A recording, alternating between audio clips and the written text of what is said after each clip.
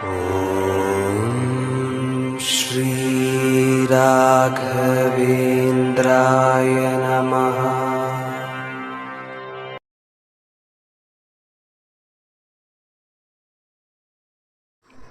ಎಲ್ಲರಿಗೂ ನಮಸ್ಕಾರ.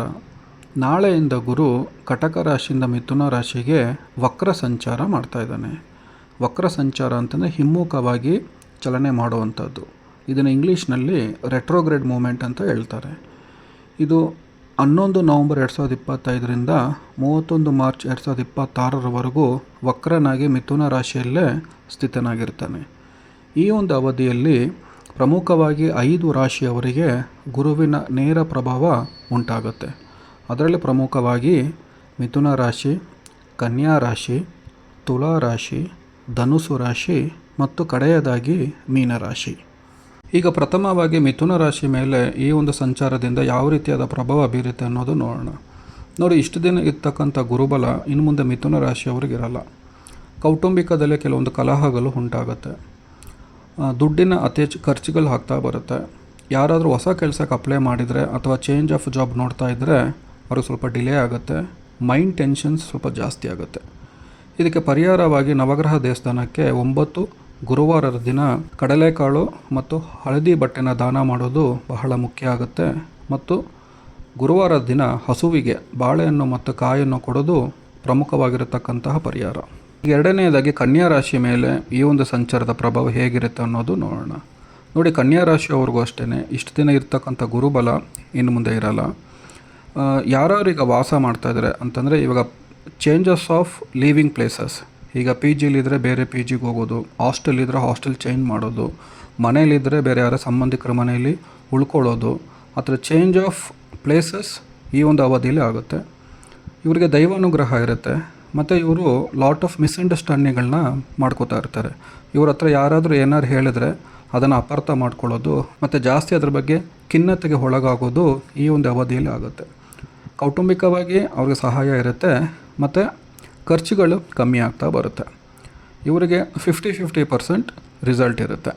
ಪರಿಹಾರವಾಗಿ ಗುರುಶ್ರೀ ರಾಘವೇಂದ್ರ ಸ್ವಾಮಿಗಳನ್ನ ಆರಾಧನೆ ಮಾಡೋದು, ಜಪ ಮಾಡೋದು ಪ್ರಮುಖವಾಗಿರತಕ್ಕಂತಹ ವಿಚಾರ. ತುಲಾರಾಶಿಯವರಿಗೆ ಈ ಒಂದು ಸಂಚಾರದಿಂದ ಯಾವ ರೀತಿಯಾದ ಪ್ರಭಾವ ಬೀರುತ್ತೆ ಅನ್ನೋದು ನೋಡೋಣ. ಯಾರೆಲ್ಲ ಉದ್ಯೋಗದಲ್ಲಿ ಇರ್ತೀರಾ ಅವರಿಗೆ ಅತಿ ಹೆಚ್ಚು ಒತ್ತಡ ಇರುತ್ತೆ.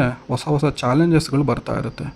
ಆದರೆ ದೈವಾನುಗ್ರಹದಿಂದ ಎಷ್ಟೇ ಒತ್ತಡ ಇದ್ದರೂ ತಾವು ಅದನ್ನು ಯಶಸ್ವಿಯಾಗಿ ನಿರ್ವಹಣೆ ಮಾಡ್ತಾರೆ. ಮತ್ತು ಬಹುದಿನದಿಂದ ಯಾವ್ದಾರ ಒಂದು ಕನಸು ಕಂಡಿದ್ರೆ, ಯಾವ್ದಾರ ಒಂದು ಆಸೆ ಪಟ್ಟಿದ್ರೆ ಆ ಒಂದು ವಸ್ತು ಅಥವಾ ಆ ಒಂದು ವ್ಯಕ್ತಿ ಈಗ ಅವರಿಗೆ ಸಿಗ್ತಾರೆ.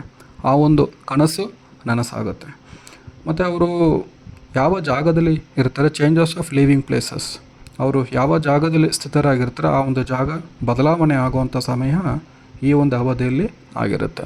ಪ್ರಮುಖವಾಗಿ ಅವರು ನೆಕ್ಸ್ಟ್ ಮಾರ್ಚ್ವರೆಗೂ ಹೆಲ್ತ್ಗೆ ಸಂಬಂಧಪಟ್ಟಂತೆ ಬಹಳ ಎಚ್ಚರಿಕೆ ವಹಿಸಬೇಕಾಗತ್ತೆ. ಮುಖ್ಯವಾಗಿ ಲಂಗ್ಸಿಗೆ ಸಂಬಂಧಪಟ್ಟದ್ದು ಯಾವುದಾದ್ರು ಇನ್ಫೆಕ್ಷನ್ಸ್ಗಳು ಅವರಿಗೆ ಆಗಿಬರುತ್ತೆ. ಅದಕ್ಕೆ ಪರಿಹಾರವಾಗಿ 5 ಗುರುವಾರದ ದಿನ 21 ಕಡಲೆಕಾಳು ಆಹಾರವನ್ನು ಶ್ರೀ ಗುರು ರಾಘವೇಂದ್ರ ಸ್ವಾಮಿ ದೇವಸ್ಥಾನಕ್ಕೆ ಕೊಟ್ಟು ತಮ್ಮ ಹೆಸರಿನಲ್ಲಿ ಅರ್ಚನೆ ಮಾಡಿಸ್ಕೊಳ್ಳೋದು ಬಹಳ ಮುಖ್ಯವಾಗಿರತಕ್ಕಂಥ ವಿಚಾರ. ಈಗ ಮುಂದಿನ ರಾಶಿ ಧನುಸು ರಾಶಿ. ಧನುಸು ರಾಶಿ ಅವರಿಗೆ ಈ ಒಂದು ಸಂಚಾರ ಸಂಪೂರ್ಣವಾದ ದೈವಾನುಗ್ರಹಕ್ಕೆ ಪಾತ್ರರಾಗ್ತಾರೆ. ಹೊಸ ಕೆಲಸ ಸಿಗುತ್ತೆ. ಯಾವುದಾದ್ರು ಅಪ್ಗ್ರೇಡ್ ಆಗಬೇಕಂತಿದ್ರೆ ತಮ್ಮ ಒಂದು ಕೆಲಸ ಕ್ಷೇತ್ರದಲ್ಲಿ ಈ ಒಂದು ಅವಧಿಯಲ್ಲಿ ಅಪ್ಗ್ರೇಡ್ ಆಗ್ತಾರೆ. ಇನ್ಫ್ಲೋ ಆಫ್ ಕ್ಯಾಶ್ ತುಂಬ ಇರುತ್ತೆ. ಎಕ್ಸ್ಪೆನ್ಸಸ್ಗಳು ಕಮ್ಮಿ ಆಗುತ್ತೆ. Purchase of gold and peace of mind ಅವರಿಗೆ ಈ ಒಂದು ಅವಧಿಯಲ್ಲಿ ಸಿಗುತ್ತೆ. ಒಟ್ಟಾರೆಯಾಗಿ ಧನುಸು ರಾಶಿಯವರಿಗೆ ಈ ಒಂದು ಗುರು ಸಂಚಾರ ಬಹಳಷ್ಟು ಒಳ್ಳೆ ರೀತಿಯಾದ ಪ್ರಭಾವ ಬೀರುತ್ತೆ. ಈಗ ಕಡೆಯದಾಗಿ ಮೀನರಾಶಿ ಮೇಲೆ ಈ ಒಂದು ಗುರು ಸಂಚಾರದಿಂದ ಯಾವ ರೀತಿಯಾದ ಪ್ರಭಾವ ಬೀರುತ್ತೆ ಅನ್ನೋದು ನೋಡೋಣ. Family happiness, ಕೌಟುಂಬಿಕವಾಗಿ ಸುಖಗಳಿರುತ್ತೆ. ಖರ್ಚುಗಳು ಜಾಸ್ತಿ ಆಗ್ತಾ ಇರುತ್ತೆ. ಲಾಂಗ್ ಡಿಸ್ಟೆನ್ಸ್ ಟ್ರಾವೆಲ್ಗಳು ತುಂಬ ಮಾಡ್ತಾರೆ. ಮತ್ತು ಅನ್ನೆಸೆಸರಿ ಎಕ್ಸ್ಪೆನ್ಸಸ್ಗಳು ತುಂಬ ಆಗುತ್ತೆ. ಉದಾಹರಣೆಗೆ ಒಂದು ಮೊಬೈಲ್ ಇರುತ್ತೆ, ಬೇಕು ಅಂತ ಇನ್ನೊಂದು ಮೊಬೈಲ್ ಪರ್ಚೇಸ್ ಮಾಡ್ತಾರೆ. ವೆಹಿಕಲ್ಸ್ಗಳನ್ನ ಪರ್ಚೇಸ್ ಮಾಡ್ತಾರೆ. ಅತಿ ಹೆಚ್ಚು ಬಟ್ಟೆಗಳನ್ನ ಪರ್ಚೇಸ್ ಮಾಡ್ತಾರೆ. ಈ ರೀತಿಯಾಗಿ ಅನ್ನೆಸೆಸರಿ ಎಕ್ಸ್ಪೆನ್ಸಸ್ಗಳು ಜಾಸ್ತಿ ಇರುತ್ತೆ. ಮತ್ತು ಮೀನರಾಶಿಯವರಿಗೆ ಇಷ್ಟು ದಿನ ಇರ್ತಕ್ಕಂಥ ಯಾವುದಾದ್ರು ಕನಸು ಕಂಡಿದ್ರೆ ಆ ಒಂದು ಕನಸು ಈ ಅವಧಿಯಲ್ಲಿ ನನಸಾಗುತ್ತೆ. ದೈವಾನುಗ್ರಹ ಇರುತ್ತೆ. ಆದರೆ ಅತಿ ಹೆಚ್ಚು ದುಡ್ಡು ಅವರಿಗೆ ಬರ್ತಾ ಇರೋದ್ರಿಂದ ಯಾವುದು ಖರ್ಚು ಮಾಡಬೇಕು, ಯಾವುದು ಖರ್ಚು ಮಾಡಬಾರ್ದು ಅನ್ನೋದು ಅವ್ರಿಗೆ ವಿವೇಚನೆ ಇರಲ್ಲ. ಇದಕ್ಕೆ ಪರಿಹಾರವಾಗಿ ಗುರು ರಾಘವೇಂದ್ರ ಸ್ವಾಮಿ ಅವರ ಜಪಿಸೋದು, ಮಂತ್ರಾಲಯಕ್ಕೆ ಹೋಗಿ ಬರೋದು ಬಹಳ ಮುಖ್ಯವಾಗಿರತಕ್ಕಂಥ ವಿಚಾರ. ಈ 5 ರಾಶಿಗಳನ್ನು ಹೊರತುಪಡಿಸಿ ಮಿಕ್ಕೆಲ್ಲ ರಾಶಿಯವರಿಗೆ ಈ ಗುರು ಸಂಚಾರದಿಂದ ಯಾವ ರೀತಿಯಾದ ಕೆಟ್ಟ ಪ್ರಭಾವ ಇರಲ್ಲ. ಅವರವರ ದಶಾಭುಕ್ತ ಅನುಸಾರವಾಗಿ ಅವರ ಜೀವನ ನಡೆಯುತ್ತೆ.